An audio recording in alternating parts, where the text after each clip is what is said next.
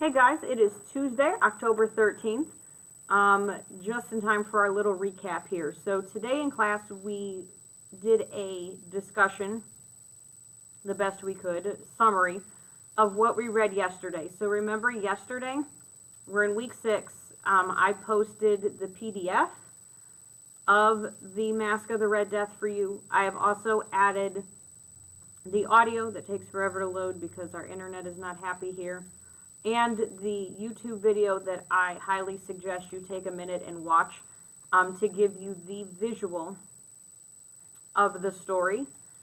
So today we talked about it because you all have a quiz. So if you look at the PDF, again, before you take the quiz, and it's a Google form quiz, remember that the Red Death is the made-up disease illness that Poe has created. There is no such thing as Red Death.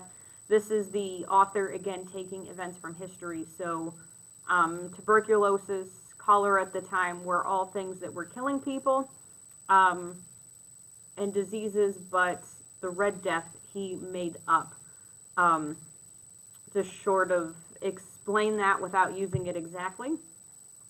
So he talks about that being a thing, and our rich dude, Prospero here, ruler of the land, decided he was going to take 1,000 healthy and happy friends to his palace. He decides that they are going to go not only hang out there, but he is going to literally melt the iron gates shut. So no one can get in, no one can get out. We know this from disease to keep it from getting in and out. No one's in, no one's out, so that way the cootie germ bee bugs aren't in and out. He decided that they were going to have a party, which was a masquerade. The requirement of such costume party is that you wear a mask. The narrator then deviates to describe the inside of this palace, and this is where we discuss that it doesn't look like any place that we live that I know of. So the yellow room and the green room and the blue room and the purple room and the violet room and the white room all have the walls, the floors, the ceiling is all that color, but so is the glass of the windows, which makes it odd because you can paint your walls green, but to have green glass in your windows is odd. And then the last section here, they explain the exception is the black room. So there was black walls and black curtains and black floors and ceilings, but the windows were a deep blood color. So it doesn't even say red, it says deep blood. So it's red windows, creepy dark red windows and a black room. And we discussed in class that if you were to walk into a room like this, that it would be very creepy, very dark, ominous, death ideas. And that's what Poe was going for. So he explains that there's this room. Everyone's cool with all the other ones. It's this black room with the red windows. It's really creepy. The party's going on. Everyone's sort of in all the different rooms, dancing, eating, having a great time.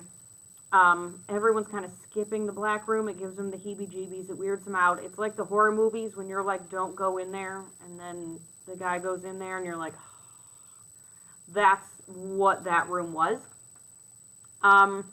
So as they're having a good time, the party comes to a screeching halt. And that is because the stranger appears. So the only character with a name here is Prospero, but the stranger is referred to as the stranger. And he makes everyone stop because of his appearance. Now he does have a costume, but they said it's kind of creepy, that he's got bloodstains, and that his mask is so lifelike of the death, almost dead look that people were getting from this made-up disease, that they weren't sure if it was a mask that wasn't funny or if it was his actual face. And they were not cool with it at all. Prospero finds out and he's like, what in the world? So he decides he's going to chase this dude down and finally corners him through the rooms into our creepy black room with red windows. Dun, dun, dun, dun. As I said in the scary movies, don't go in there, it's creepy.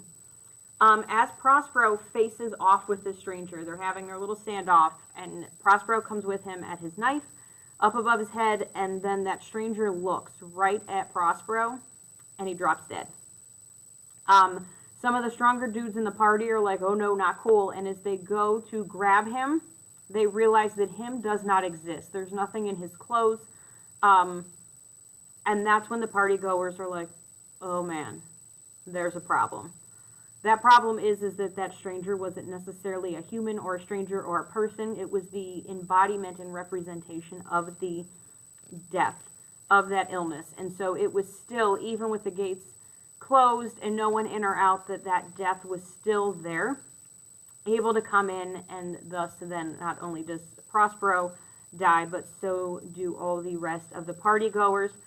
I mentioned the clock in class. The creepy black clock in the black room is a huge foreshadowing piece about time almost counting down, because it stops telling time. It stops working when everyone dies, so it was almost like a creepy countdown, foreshadowing that when that clock is done, so is everyone's life. That is all Poe. He crammed all that in here into 3 pages. So that is the summary of the Red Death.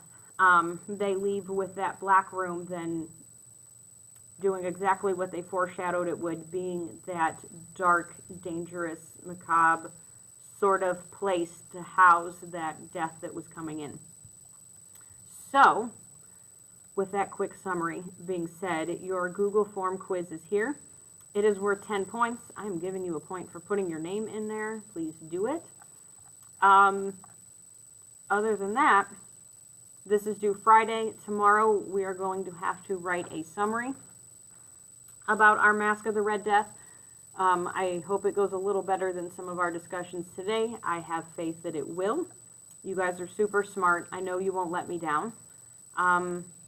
Remember to still do your reading log. Remember, you need MemBeam. The 30th is the last day of the quarter, so if you're missing work, please make sure that gets to me. My office hours, 1:30 to 2:30. And if y'all need anything else, you know where to find me. Have a good one.